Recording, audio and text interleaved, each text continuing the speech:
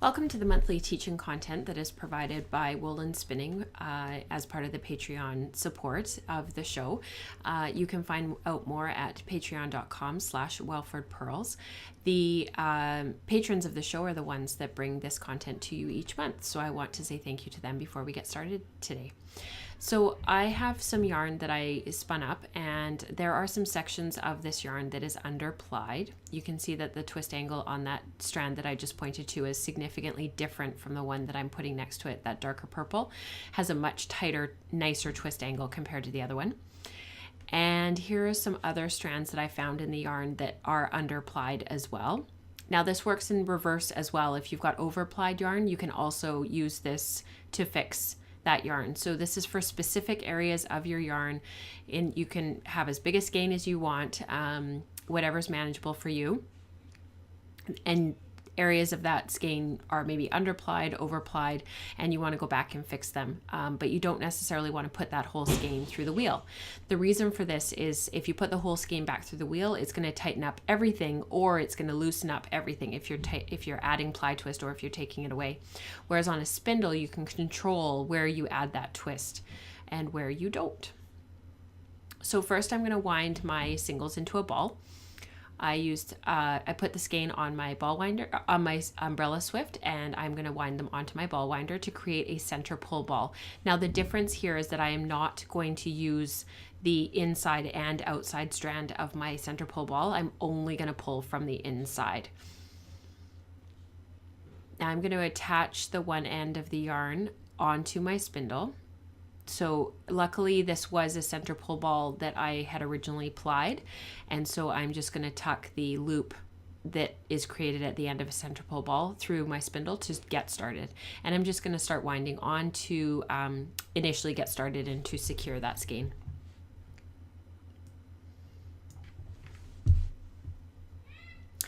I'm using a Snyder Spindle Steampunk. It's one of my favorite spindles for plying.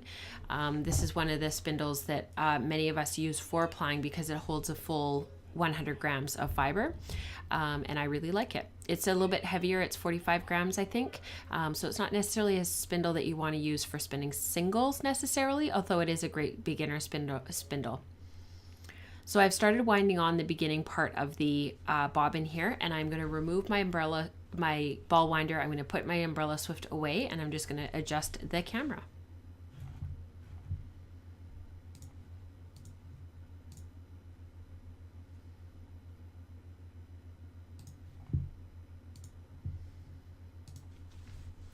So when you wind a spindle like I am here off of the side, so I'm actually winding the yarn onto the shaft of the spindle, you will notice that I am not adding or removing any twist from the yarn. I'm simply taking it from the center pull ball and I'm winding it onto the shaft of the spindle.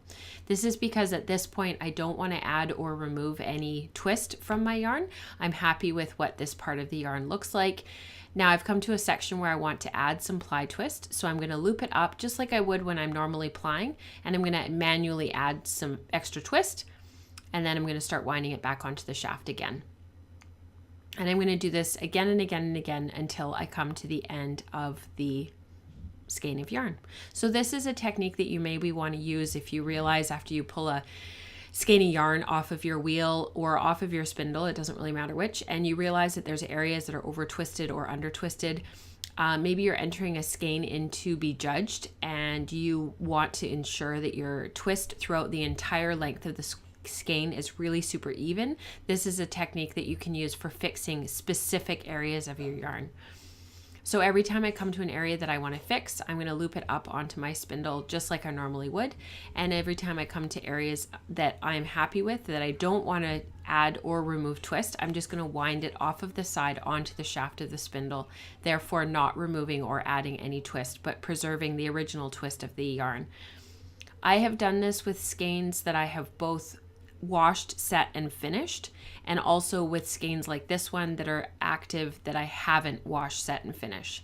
So it's never too late to add or too early to add or remove twist. It's completely up to you. Just note, if you have a skein of yarn that you have washed and set the twist and you are removing twist, but you've fulled or felted the skein, it may be a little bit more difficult to remove twist from it. I have done it, but it doesn't, it's not quite as easy. The yarn still maintains some of that structure that you set in it when you washed and fulled it. So I'm going to continue to check for lengths of yarn that I am not happy with, and I'm going to continue to add or remove twist. I hope that this video was helpful. I've had several requests from people in the community to show how I do this and how I add or remove twist on a spindle. So I hope that this answered any of your questions. If you have more questions about this technique, please don't hesitate to make a comment and I will answer as quickly as I can. Have a great day, everyone. Happy spinning.